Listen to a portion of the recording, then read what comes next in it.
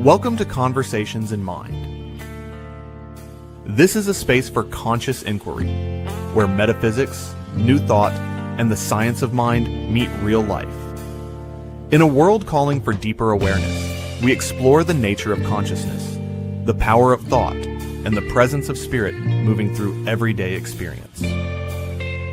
And now, here are your hosts, Barb Bue and Gilbert. Well, hello, everybody. We're back again. This is our week 4. Very excited. This is turning out to be a lot more fun than we thought. So here's what we'll start with today. What if your mind is more than just a collection of thoughts? What if it's the gateway to a whole new way of living? Welcome to Conversations in Mind. I'm Reverend Barb Bue, and I'm joined by my beloved friend, Reverend Gilbert. And we are here to attempt to demystify the study of new thought and dive deep into the science and soul of consciousness. Whether you're a longtime seeker or just curious about the power of your own perspective, we're going to dive into our mind. Go back and listen to episode 1 if you want to hear a little more about what we think about what mind is. But today, we picked a light topic for today, I think, Mark. How do we reconcile, right? I don't know what we're doing. How do we reconcile divine order with suffering and injustice in the world? And like I said, light topic. What do you think about that? Well, it's all in right and divine order that with the topic, right? Oh, I'm sure. Yeah, for sure. Yeah, I just want to echo. This has been fun, and I'm really appreciating it and enjoying, and look forward to us getting together for these conversations. And I'm often never knowing where we're going to go with things, although I sort of have thoughts in mind regarding them. And they like best laid plans in life. Sometimes they veer into new territory. Oh, but you mean there's no divine order in what you're going to say today? Yeah, there's no right and divine order. I look at this all week, and then something random seems to come out of this conversation. Random but good. Random but good. So. Random but good. But but in that topic, there is really sort of like, there's two things we're really looking at. One is this idea of divine order. What the heck is divine order? What do we mean by divine order? And I think the other topic is we get into suffering, and what do we mean by suffering, and what's the perspective by which suffering occurs? So on the one hand, I think we need to acknowledge at the outset that we're talking about two realms of being, that the suffering occurs in the world of form, in the human world. As we often say, we're spiritual beings having a human experience. It's at the level of the human experience that we experience suffering. We experience things that are less than what we want, and we have it in both our personal life and in the worldly life, the big world out there of worldly events. And that human experience of suffering is sort of at odds with the idea of a divine order, that there is something from beyond this world of form that goes to the world of spirit and the divine and God, that sets about an order for the world. And is this the right order when we're having suffering here? How can this be correct order? And if you're a Buddhist, you would say suffering is optional, right? Right. Yeah. And so also, and we somehow lumped suffering and injustice in the same sentence. And I would, as I've sat with that, I've been like, these are two really different things, So I think we have a lot to take on in that. And suffering, it's interesting because I spend a lot of time wondering why it is that it is suffering that causes us to grow. That mostly it is our discomfort and our suffering that creates the space for us to want to grow. And it seems like as we get older, I'm pointing at my gray hair and yours. It seems like as we get older, we could get better at not doing it that way. But I don't know if we do. But but divine order. So if we do suffer, and it does create, here's the question to me. If we do suffer in some way, shape, or form, whether it's heartbreak or sadness or somebody drops a hammer on our toe, we're suffering. if we believe that everything is in divine right order, would not that include the things that we're suffering about? You would think that it would include that, yes. I think when we talk in terms of the metaphysical teachings and Ernest Holmes and others, they talk about the universe being an orderly universe and that everything sort of fits together so that one thing works with another. It's not total chaos, that we can look through the essence of our experiences and see an orderly pattern of things that play out. That's why we can talk about metaphysical tools like affirmative prayer and things of that nature. Changing your thinking has a beneficial effect on your life because it's an orderly universe. An orderly universe, it wouldn't matter what you thought, the reactions of the universe would occur helter-skelter based on just anything. I can think positive thoughts and have negative experiences, positive thoughts, positive experiences. There's just a mixture to it. And some people could say, well, Mark, that example, I think positive thoughts and have negative and positive stuff occur all the time. And, that gets into a whole other area about the power of mind and those circumstances and situations whereby mind may not respond in the way that you consciously want it to. And that's a whole nother conversation probably beyond today. But I think there is making notes. We have 5 other conversations already in the first 5 minutes. Yeah, we got somebody lined up. How many we get? We got enough work for years here. But there's a sense that at least we believe at some level that this universe has a degree of order to it. We can look out in the physical world and physical rules that apply and see an order in this world. Yet there's also times when things don't seem to fit. And so when we think in the world of form, where there appears to be an orderly process for how we measure things and see things and experience things, that would that not also play into the world of spirit and the realm of spirit?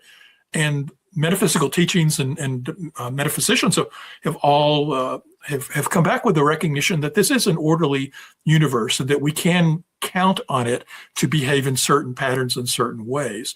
So then the mix really becomes that at the spiritual level of God or spirit, where there is a divine order to this entire experience of the universe, why does something that seems less than good, that causes suffering or is not equal to what we think might be a sense of justice in a particular moment, why do those suffering and injustices occur in this material world and still think there's divine order in a spiritual world? Because in our minds, in our human minds, that event, that thing is not in alignment with what we would think would be the perfect order for this orderly universe.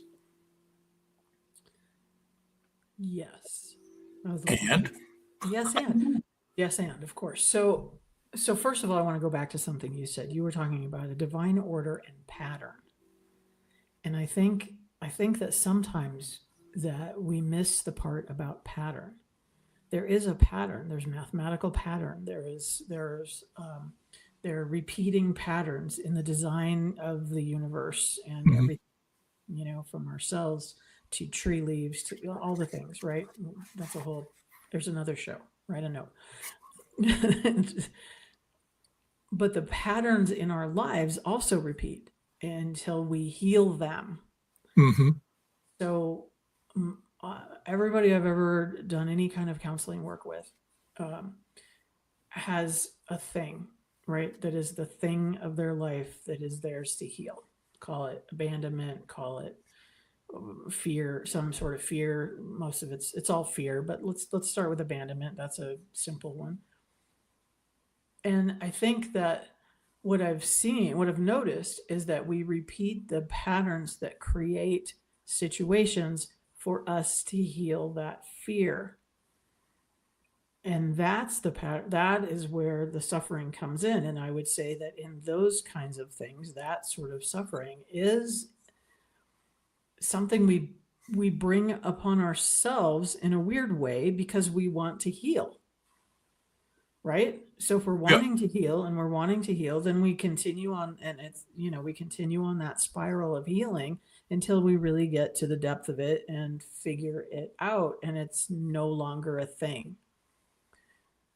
for some of us slow learners, like I figure I'm going to vibrate off the planet before I get this stuff figured out completely. So, Yeah. Yeah. I'm just hoping to catch it earlier, right? Like, but then this question though of universal suffering, of like bad things happening in large quantity to large groups of people, is that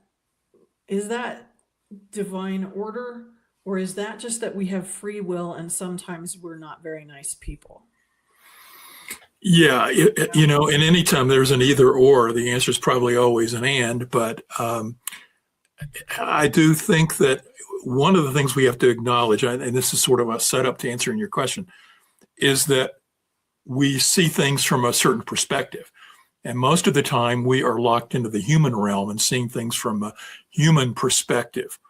And so to take your example of I keep having the same thing occur over and over in my life until I get it and then I grow and move on, that pattern will play out, that is, if we see it from a higher spiritual perspective, we can recognize that something in us is calling forth that repeated pattern until we learn the lesson that allows us to evolve to the next level of our awareness. The same thing would probably be playing out in the collective as well, is that humanity and its collective is going to continue attracting and doing and creating events such as war and poverty and all of the strife that we see on the planet until we learn the lessons from it. So at the collective, we keep the patterns going and going and going. Now, is that a divine pattern? I see that more as this is just me, and I'm going to put my own kind of weird words on it, but it's like bumpers on the side rails of evolution, that at the realm of spirit, and I got to stop and say, but a little bit of degree of hubris, to try to talk about the level of the divine with my limited intelligence and awareness of the divine. But from what I have come to recognize and sense is that within spirit there are divine patterns of perfection. They're often called the ideal. Many times in early New Thought, they called it the ideal made real, which was trying to make into physical reality whatever the ideal was. So there is a pattern, a divine pattern that is in this realm of God or spirit that's calling us forward to that expression. Ernest Holmes often called it the divine nature.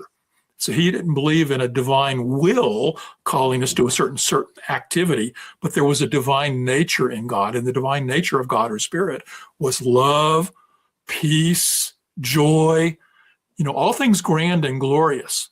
And when we were in alignment with the divine patterns or the divine nature, then life lined up perfectly for us. He called that being in harmony. It's like playing a good chord where things sounded really well. And when your actions are in alignment with the divine nature of peace, love, joy, goodness, then things line up perfectly. But when your earthly expressions are out of alignment, that would be a discord, then you basically get negative results. So if we're thinking from a sense of separation and fear, and I've got to use violence to take you over, and I'm not here about seeing you as a part of the oneness. I'm here to harm you in some capacity or be harmed, that I'm out of alignment. I'm out of discord. I'm no longer in harmony. And so my bumper, my side rails, my bumpers are the aspects of spirit who throw these curves and things at us that are experiences that sort of redirect us back onto the path. And you could argue, does that take away free will? And I say, no, it doesn't. But it's sort of like, and I've always envisioned it like a pyramid where you're hitting the outer boundaries, that you can float back and forth with all the free will, and you can stay in one spot bouncing up, but somehow or another, there's going to be something where spirit nudges you back on the path. You will have peace. You will have peace, damn it. You will have peace. You will have love. And you will. I see, that's interesting, because as I'm listening to you talk, like, you and I are a little different in this. Like, I don't think of spirit so much as a thing out there. So, but as I hear you talk, I'm like, okay, so if there is this pattern that moves us into a deeper pattern of peace, love, joy, those things, then that pattern actually, to me, has to have been built within us to begin with. Yes. And so everything in us wants to reveal that pattern. Right. And probably there is a whole lot of lack of well-being that we experience because we are not willing to be in that pattern Yes. all the time, and I mean, life, let's just say, I mean, life is sometimes hard, right? Like this is not about like, oh, you're sick and we're blaming you. We're not doing that kind of religious science in Mhm. this room. So anytime that there is something though in discord or disharmony, then we could potentially be looking back in our own belly and saying, okay, what within me is not at peace right now, and how would moving to a greater sense of peace, even if it's just breathing more, Mhm. help to alleviate the suffering in this moment. Yeah. That Yeah. And doesn't I mean that want we to don't bring, have I'm to glad you unravel brought, the thing, I'm sorry.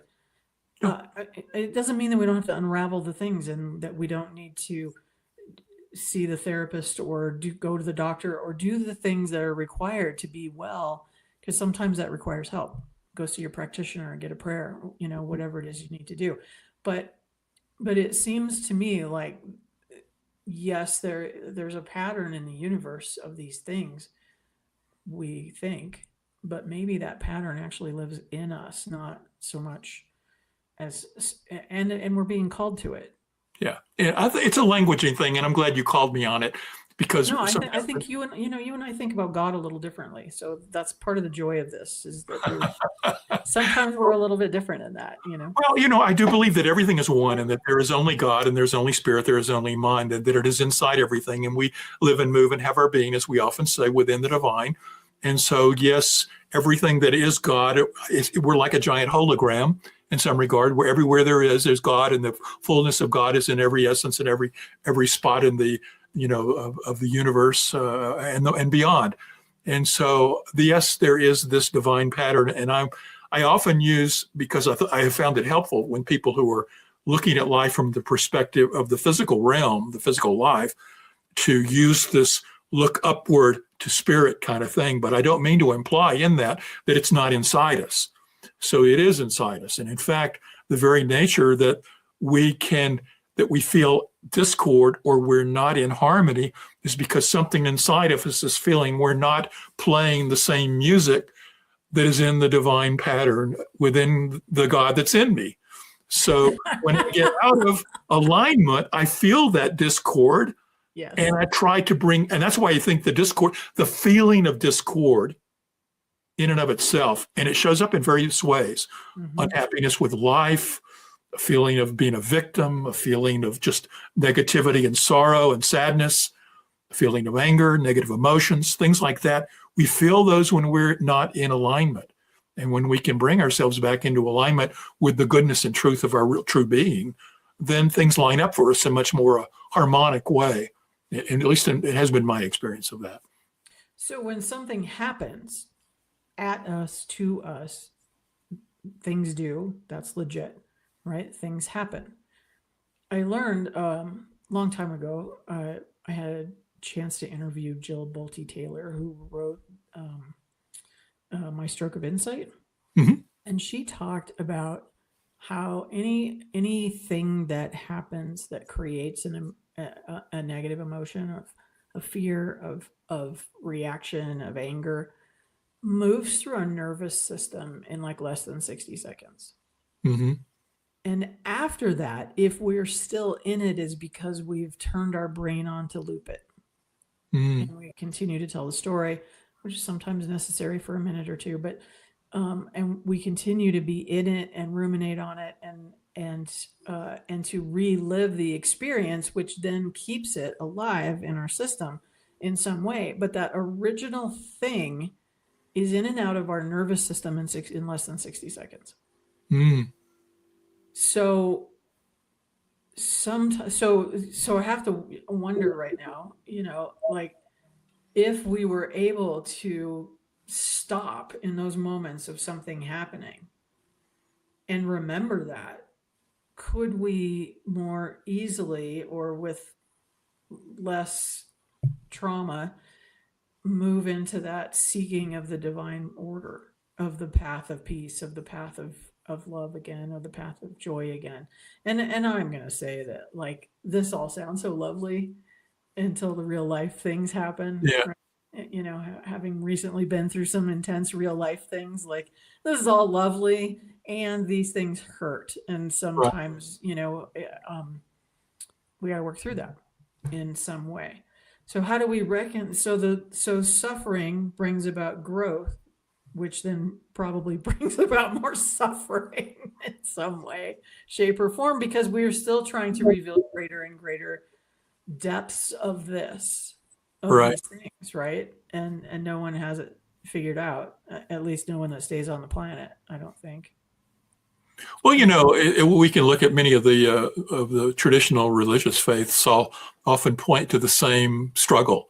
Yeah. That if you look at Buddhism, one of the four noble truths, which is the outline of basic Buddhism, is that it's our attachments to the world of form and the temporary nature of stuff that causes us to have suffering. So the very first thing in Buddhism is to address the fact that humans have suffering, and why that suffering is because we believe things in our mind about the world that we're experiencing right now, and that they don't often go right, and then when they don't go right, we suffer for that, and we have to break the wheel of that. So the rest of the Four Noble Truths, as well as the precepts beyond that, are moving towards that kind of direction.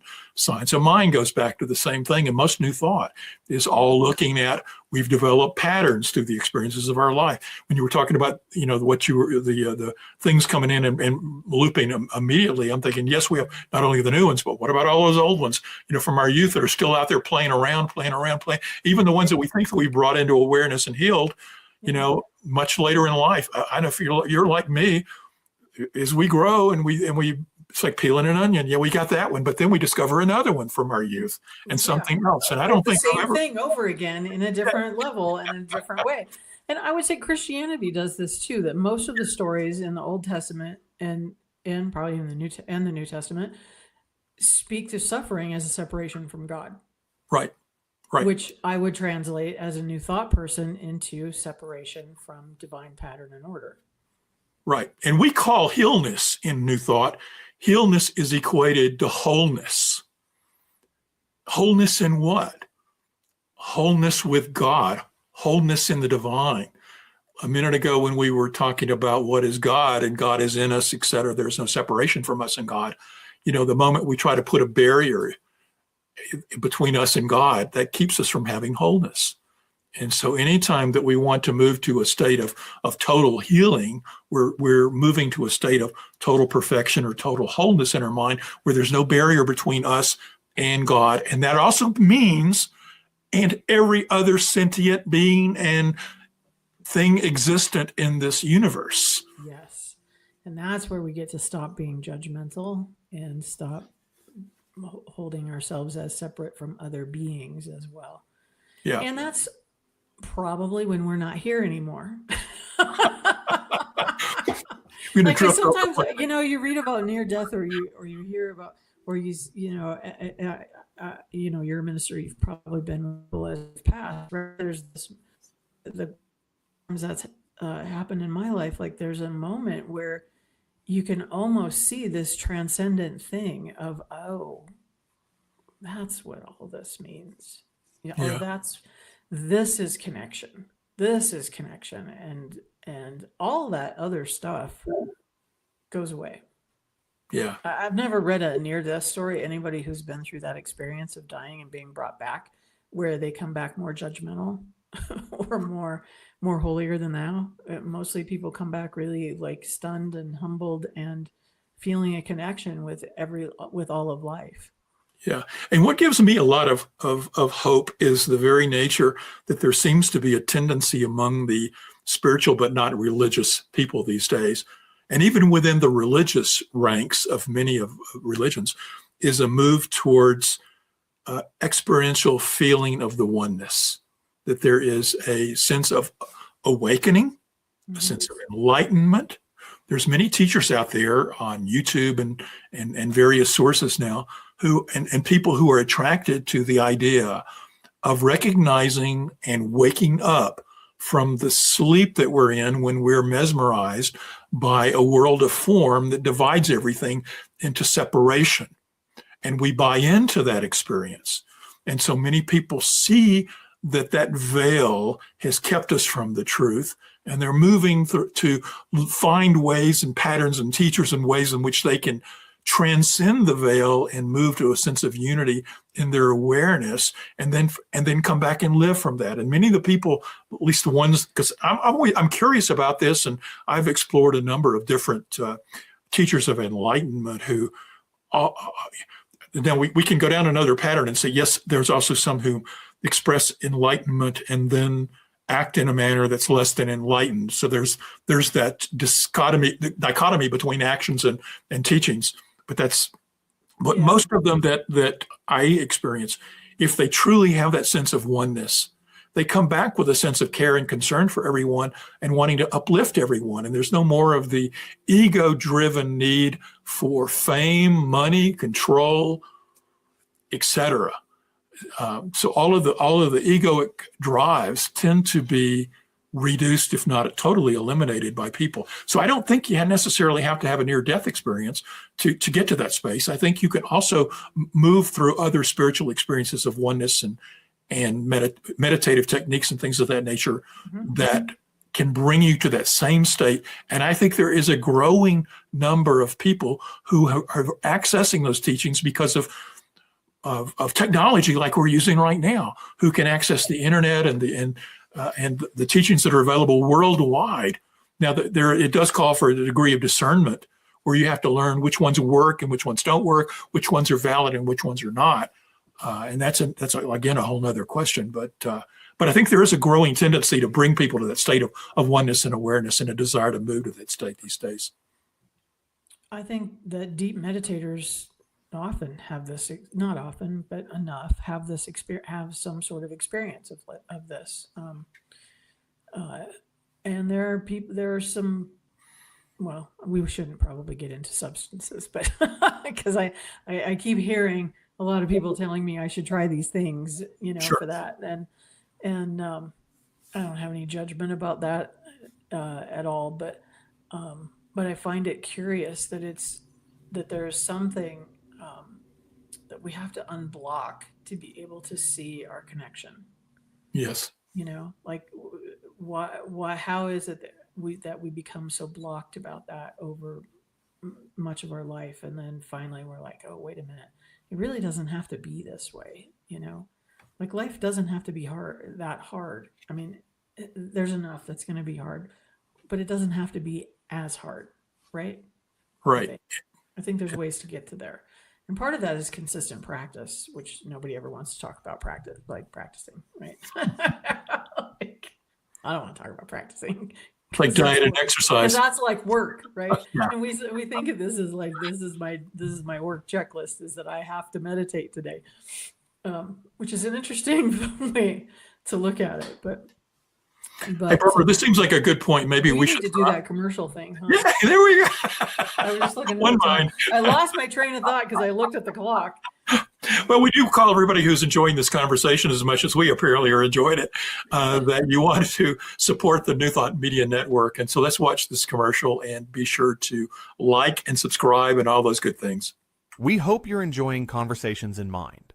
This program is made possible by the New Thought Media Network, a nonprofit that's supporting conscious, spiritual media. If you'd like to support this work, just scan the QR code to make a donation. It lets the network know you like this show and helps them to continue bringing you this type of content. You can also go to ntmedia.org and click on Donate. Thank you for being part of the conversation. Now, back to the show. Thank you. We also would love, we'll say this again, but we'd love your comments and questions and suggestions for topics for us to banter about with. We're open to that completely. So So divine order. So is suffering a requirement, do you think, to find that pattern within ourselves? I think it's a strong After we're feature. like two, because before two, I think we have it, and then somehow we become separate from it. Well, from my experience, it has been a key teacher for us to put us back on the path to that divine nature that I was referencing earlier. I think one of the mistakes that people can think about in this is that they confuse a divine order with a divine will, or a divine that God's will. We often hear this term God's will bandied about, where we as humans think we know what God wants, as if God could want anything. I was going to say, God doesn't want anything. There is no want. Yes. Yeah. There is no spoon, remember? and I think watch The Matrix. I have to watch The Matrix again. There is no spoon. But in our limited perspective of the human experience, it's easy for us to project onto an anthropomorphic God a will or a desire. And I think that whenever we experience that, we need to take pause and not believe it, to question it. Yeah. Yeah. And I think that ultimately, as we teach in New Thought, there is not a divine specific will for everything to express itself in exactly some sort of one way. We often use the phrase that unity doesn't mean uniformity, that we have been given free will, and that within that free will, we have the ability to make choices that are in our best interest and grow us, or choices that are not. And it's when we have those choices that are not that we often experience a reaction in the world that is karmic in a way, and causes us to get back on the right path. And if we don't learn it the first time, then, as we talked about earlier, those patterns in our lives will repeat themselves to try to bring us the lesson until we do learn it and move on. So I think that we're constantly being guided, but we have the free will to move and decide what we want. And I think the same thing plays out collectively. But what happens is that even though you or I might feel like, well, I'm on the path and I'm acting correctly and I'm making right decisions. And, I hear this from a lot of people who say, my life is really good, but the world out there is going to hell in a handbasket. And there's a challenge sometimes that we can live in a bubble of nice, neat, divine order in our own life, yet feel the pressures of an outer world pushing in on that, and causing us to wonder, how can we maintain? It's almost like where there's no boundaries, there's only oneness, but we try to put up boundaries from that outer crap to protect our little safe shell of a world. And I think we need to recognize that, that we can't. We have to, the more that we if we're really truly teaching oneness and recognizing oneness and knowing oneness, that oneness has to incorporate all of the world of form out there as well, and that we have a role to play in it in some capacity. We wouldn't be here now if we didn't have a role to play in it in some way. And for some people, that role is to maintain a larger bubble. So to understand that whatever it is that you're creating in this bubble right here, that feels good, that feels like your life is all in alignment, if you're, for example, like in your meditation practice, your prayer practice, whatever that looks like for you, that you're all focused inward and on your own life, your own family, that simply lifting that outward and encompassing all in that creates an energy that lends to the collective energy of all of us who want those things, that want injustice to be dealt with, and I think I think that is one of the, call it the faults of New Thought as a movement over time, is that we have been very belly button focused. Yeah. my prosperity, my well-being, and if you get in my space about that, then there's something wrong with you. And I think that more and more people are in this process of opening up to this we-ness. And we talked about this, I think, last week or the week before, but the we have to become the we are part of the we have to become the we. And this is really not sounding like the right word to use. We have to become the we. It's the we, right? Right? We have to. That'll stick somewhere. That'll be the quote that sticks, right? We have to become part of the energy and the voice that deals with the injustices of the world. Yes. And to care about them.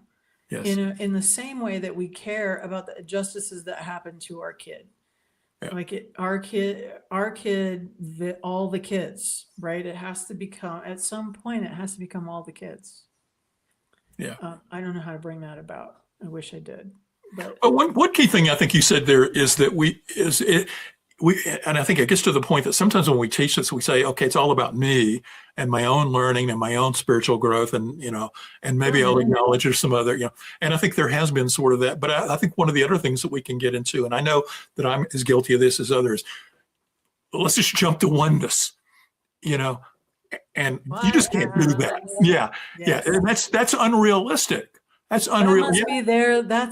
Or the thing of, well, they have to learn from this experience. Yes. Oh, we all have to learn from that experience. When someone, is beat up on the street for the color of their skin, we all have to learn from their experience. Yeah. Otherwise, it doesn't change. And if we can't look at that sort of suffering and feel it in a way that is not just our brain, but the mind of our heart, then we're not going to solve these things, and we will continue to be in the pattern of looking for wholeness and suffering as we go through it until we find it, right? Yeah, there can become a degree of like this egotistical hubris where, I'm enlightened and I see what's best for you, and you need to learn X, Y, and Z, and I'm the font of all wisdom, and but my point really is that even though if you ultimately can reach that state, and I'm not saying I say that I am much further than I used to be, but I also, the more I grow, the more I recognize how far I've got to go. And so it's a humbling experience if you're truly on the path. Yeah. But I do see it. The more you learn, the more you don't know, right? Exactly. Yeah. And but I do see people who learn something and then come back like they've learned everything, and sort of have this sort of hubris about them that wants them to be the imparters of the divine wisdom for everybody.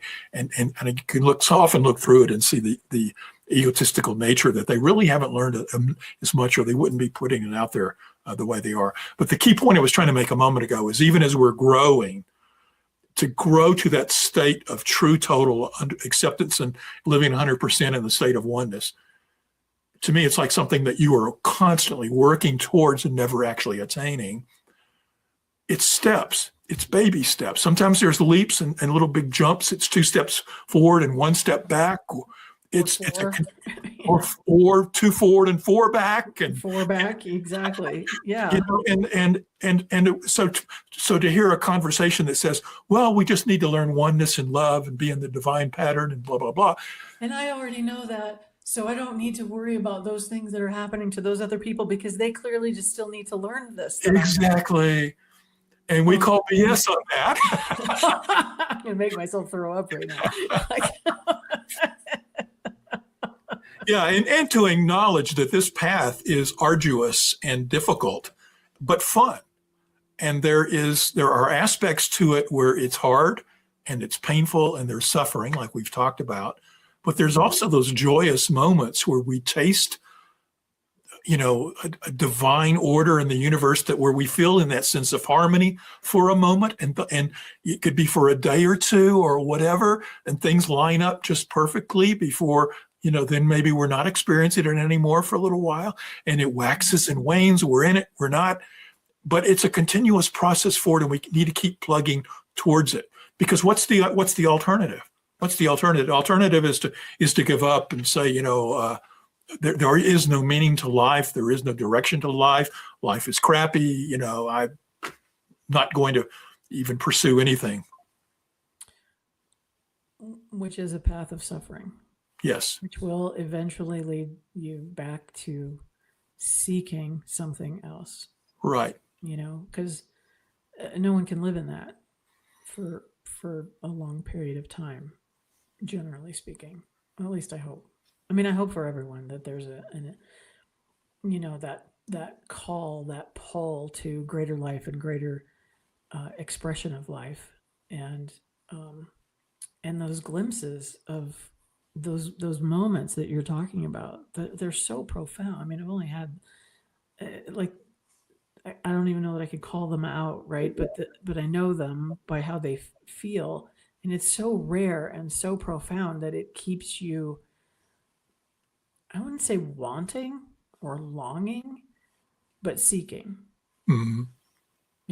It keeps you seeking, and for me, it keeps me in things like this where I'm hoping that my seeking inspires someone else's seeking, or someone else's knowing, and that we're doing it together. That this is not just about that life anymore is not just about my well-being. It's about the well-being of community and life itself. Right. We can't stay in our own bubble, growing spiritually alone. We need to be the we that you were talking about. We need to be in community. We need to be supporting one another. We need to be the example to others. We need to recognize that we are the example for others in our best moments. And we need to learn from the examples of others in their best moments and uplift each other to find what's best for every life, recognizing that it doesn't have to exactly be alike, but there's ways in which we can learn and support one another as we all grow towards remembering wholeness and truth and oneness. Yes. That might be the perfect wrap for today, actually. I don't know. The only question we didn't get to, and it would probably be longer than we can really have time to delve into, is that one of the key aspects of suffering is the loss due to death. The loss due to the belief that this life that you and I are living, and everyone who's listening is living, had a beginning point and has an ending point with our death. And that what we have to recognize, and that all spiritual teachings also point to, is the fact that life is eternal. It gets back to the fact that that our existence is not tied to this material life of right now. Who we are and our truth transcends this world of form and is anchored into spirit and exists forever. It exists beyond time and will continue. We just don't know the next form, right? We really and I think that a lot of the suffering that we put on our own lives comes from fear of death. Right. And that we've made death, especially in our culture here in the, we've made death a thing to be afraid of. Yeah. And we box it off in hospitals and hospices, and don't talk about it. And we call it failure if someone dies, or our medical system calls it failure if someone dies, and I'm like, no, there's a time. Everything has a lifetime, right? A lifespan on this planet, and then becomes something else energetically, and I have to think that the pattern that we're talking about that calls us forward to greater peace, greater love, greater joy, those things, that pattern, as it exists everywhere in all time and space, must exist also outside of this realm of form. Right. We just probably experience it differently and more wholeheartedly. In my imagination, it's just easier, Here we are, and we probably experience oneness, in some way, and therefore connection with the other being, soul's life energy that we've been in contact with here. Yes. And so somehow or another, what we perceive as human death is part of the divine order. There is, for sure. yeah. Yeah. And again, like as above, so below. So if our call here is to greater oneness and to greater peace, then it seems like that would transcend, and be the call or be the experience of the next experience, whatever that looks like. Yes. Yes. Whether we circle back here on earth in reincarnation until we so-called complete, or we go off to dimensions and areas of life and existence beyond our imagination. Vibrating off. With new lessons to learn. Vibrating off is the way.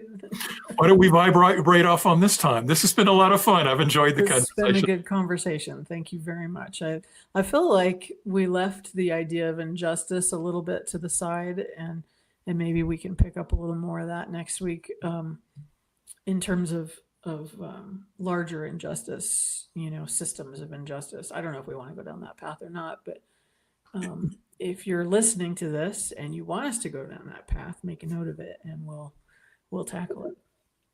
Sounds great. And always we appreciate your comments, your likes, your shares, and all that good stuff. And thank you for supporting the New Thought Media Network. Please join us next week. Take care, everybody. Think well.